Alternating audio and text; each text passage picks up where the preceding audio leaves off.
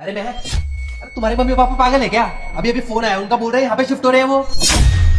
Address confirm करने के लिए फोन किया मुझे। अरे मुझे नहीं पता मेरे घर पे कौन आ रहा है कौन जा रहा है। हाँ, मैंने उनको यहाँ पर आने के लिए कहा था। वो क्या है ना कि भैया भाभी ने उन्हें घर से बाहर निकाल दिया। अब तुम खुद ही सोचो, इतने बुजुर्ग हैं वो, इस उम्र में कहाँ भटकते फिरेंगे। इसलिए मैंने कहा उन्हें कि हमारे घर पर आ जाए। अब इस नए फ्लैट का एड्रेस उन्हें पता नहीं है, इसलिए तुम्हें कॉल करे थे एड्रेस कंफर्म करने के लिए। क्यों भाई, ये कोई धर्मशाला है क्या जो यहाँ पे रहेंगे? अरे तुम्हारे भाई भाभी ने घर से बाहर निकाल दिया तो किसी वृद्धाश्रम में चले जाएंगे, वहां रहेंगे जाके। धीरज जी, कैसी बातें कर रहे हो आप? भैया भाभी ने मम्मी पापा को घर से बाहर निकाल दिया है। मेरे होते हुए अगर वो किसी वृद्धाश्रम में रहेंगे तो क्या फायदा मेरा होने का? और तुम खुद बताओ, मेरे मम्मी पापा यहाँ पर रह नहीं सकते हैं क्या? नहीं, मुझे देखकर इग्नोर मत करना। आज जो भी इस वीडियो को लाइक करके चैनल को सब्सक्राइब करेगा उसे 1 घंटे से पहले खुशी मिलेंगे, और जाते जाते कमेंट में हर हर महादेव। तुम अपनी बात याद करो। क्या बोला था तुमने?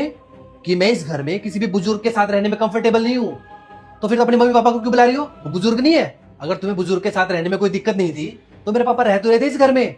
तुम्हारे कहने पे मैंने गाँव भेजा है ना उनको। अरे मैंने ये नहीं कहा था कि मैं किसी भी बुजुर्ग के साथ नहीं रहना चाहती हूँ। मैंने बस इतना कहा था कि मैं तुम्हारे पापा के साथ नहीं रहना चाहती हूँ।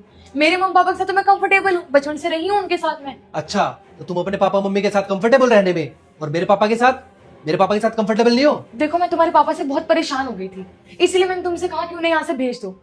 धीरज, देखो प्लीज मेरी बात को समझने की कोशिश करो। मेरे मम्मी पापा के पास मेरे अलावा कोई नहीं बचा है। अगर मैंने भी उनका साथ छोड़ दिया तो पता नहीं वो कहाँ भटकते फिरेंगे। प्लीज उन्हें इस घर में आने दो। अरे हटो, मैं तुम्हारी बातों में नहीं आने वाला। तुमने कहा था ना कि इस घर में कोई बुजुर्ग नहीं रहेगा, तो कोई बुजुर्ग नहीं आएगा इस घर में। उन्हें बोलो कि अपना बंदोबस्त कहीं और करे। अच्छा ठीक है, तुम गुस्सा मत करो, हम बाहर सोफे पर बैठ के आराम से बात करते हैं, चलो। हाँ बोलो, क्या बात है? देखो धीरज, मेरे मम्मी पापा ने मुझे बचपन से पढ़ाया लिखाया, मुझे इतना बड़ा किया है। कभी भी मुझ में मेरे भाई में भेदभाव नहीं किया। आज जब मेरे भाई ने उन्हें घर से बाहर निकाल दिया है तो मैं उसकी तरह नहीं बन सकती। मैं अपने मम्मी पापा का साथ नहीं छोड़ सकती। वो तो उनके सारे एहसान भूल गए, लेकिन मैं अपने फर्ज नहीं भूल सकती। पढ़ाया लिखाया तो मेरे माँ बाप ने भी था, और मेरे पापा तो यहाँ पे घर पे ही रहते थे। याद है तुम्हें वो दिन?